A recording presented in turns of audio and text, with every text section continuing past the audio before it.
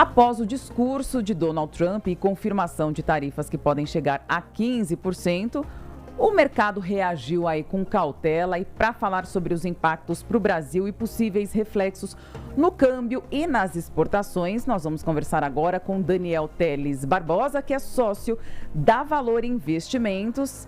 Primeiramente, muito bom dia por atender a gente aqui da TMC. Seja muito bem-vindo.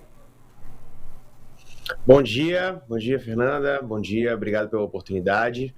Bom, Vamos tentar entender agora, né, depois dessas falas aí, como que fica o mercado. Como a gente anunciou aqui primeiramente as tarifas de 15%, vamos falar então como que o mercado reagiu e a gente já segue também para o discurso do Trump, que falou aí de uma nova era de ouro, que houve transformação aí após a crise, né, que ele, um ano antes, por conta do ex-presidente Joe Biden, enfim. Então vamos começar aí com as tarifas e a gente já fala do discurso, que teve até deputada que tumultuou, né, digamos assim, o discurso do Trump. Teve muita coisa, né? Teve destaque aí também de forças militares, enfim. Os mercados, eles começaram operando de forma mista depois do anúncio lá da Suprema Corte. Então, muita coisa era o mercado tentando entender a direção ali, porque se você parar para pensar que ele tinha feito ali uma sobretaxa aos países, né? Alguns países sendo taxados até em 50%. A Suprema Corte, ela derruba essa decisão, né? E você acaba ficando ali com os 10% iniciais de uma lei emergencial que ele evocou, podendo chegar até 15%, e foi isso que ele fez. Ele ajustou para 15% e tem uma validade de 150 dias. O mercado, quando foi entendendo esse movimento e quais seriam os limites, até onde ele poderia chegar, reagiu até de forma bem otimista. Por quê? Principalmente os emergentes, entre eles o Brasil, tem uma característica muito exportadora dentro das suas empresas, dentro da sua bolsa, né? O setor econômico e produtivo como um todo. Então, setores que estavam super pressionados ali com tarifas na casa de 40%, podem voltar a exportar agora, pelo menos por um prazo de 150 dias, com mais previsibilidade.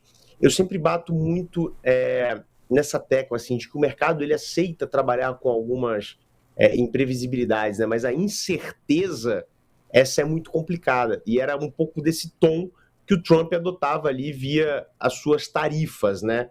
Então, países como o Brasil, eles sofreram bastante ali logo após os anúncios do Liberation Day, né? Até que conseguiu se readequar às cadeias de exportação, criar novas rotas. O Brasil, ele passou por isso. Outros países emergentes também. Mas a gente sabe o quanto de oportunidade que tem para uma economia como a nossa poder voltar a exportar em volumes pré-Liberation Day para os Estados Unidos. Então eu vejo essa reação, assim, os mercados emergentes, eles conseguem ter um pouco mais de previsibilidade agora, ao menos por esse prazo ali de 150 dias, né?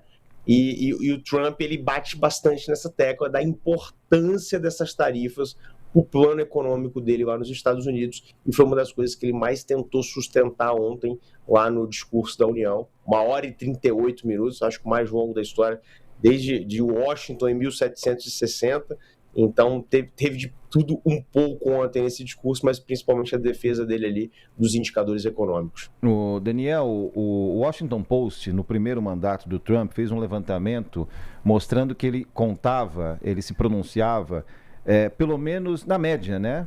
Uns dias mais, uns dias menos, mas eram 21 mentiras por dia, ditas por Donald Trump. Então, eu pergunto o seguinte, com base nesse discurso, né, de mais de 1h30, né, que nós assistimos, essa história da Era de Ouro dos Estados Unidos, que foi até bem parecido com o pronunciamento destacando a força militar, a força da indústria americana lá no G7, né? Eu pergunto para você, de certa maneira, então, agora que você fala em estabilidade e instabilidade, o mercado, de modo geral, e falando do Brasil em particular, ele já precifica o estilo Trump de agir e de falar e de negociar. Então, talvez a instabilidade maior tenha passado, 2025, 2026 seja um ano mais assim, previsível do ponto de vista das negociações? Olha, acredito que sim, até porque a gente viu, acho que não tem outra palavra para poder responder isso, a gente viu muito absurdo por parte do Trump, durante todo o ano de 2025. Então, foram dias caóticos no mercado, né? Então, ninguém entendia direito como é que essas tarifas iriam funcionar, ninguém entendia direito ali aquelas acusações, né, as ameaças geopolíticas, as ameaças militares. Eu acho que parte disso já está sim no discurso, tá? Esse discurso mais acalorado ontem, eu acho que ele tem um peso importante, porque nós estamos muito próximos ali das midterm elections, né? Nem tão próximo assim, mas o trabalho de construção de base dele para não se perder o Congresso já começou. Então, essas bravatas, né, principalmente a pauta econômica, porque inflação, juros e bolsa, para o eleitor médio nos Estados Unidos, isso tem um peso muito maior do que aqui no Brasil. O mercado é muito mais desenvolvido lá do que em países emergentes. Então ele bate nessa tecla ali de que os indicadores eles estão bem, que a inflação está controlada, que a trajetória de juros vem caindo, né?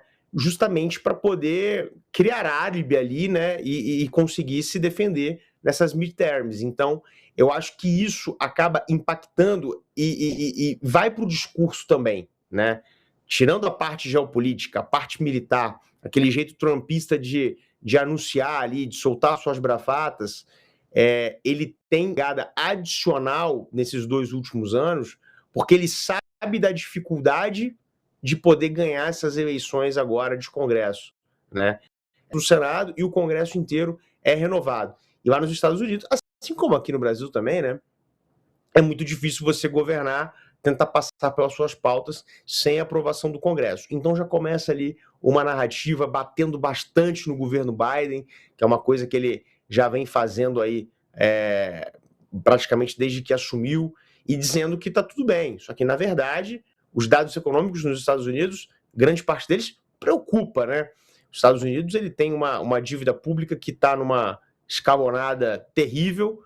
Essas tarifas fazia parte de um plano econômico do Trump para arrecadar, consequentemente, fortalecer novamente a reindustrialização americana, que são alavancas importantes para o PIB, para conseguir resolver o problema da dívida pública americana. E aí, na última semana, ele toma um banho de água fria com a decisão da Suprema Corte. Então, é um jeito Trump de discursar, de fazer ameaças, de se comunicar, né, com seus interlocutores ali, só que dessa vez tem algo muito importante chegando, que são as eleições de meio de mandato, e que pode fazer com que os 2 últimos anos do governo do Trump seja totalmente diferente, principalmente por conta das aprovações ali, né, de ter o Congresso na mão, pode ser bem diferente do que a gente viu nos 2 primeiros anos.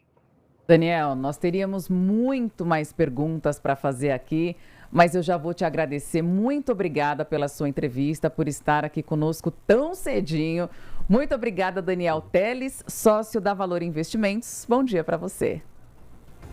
Eu que agradeço a oportunidade, um bom dia.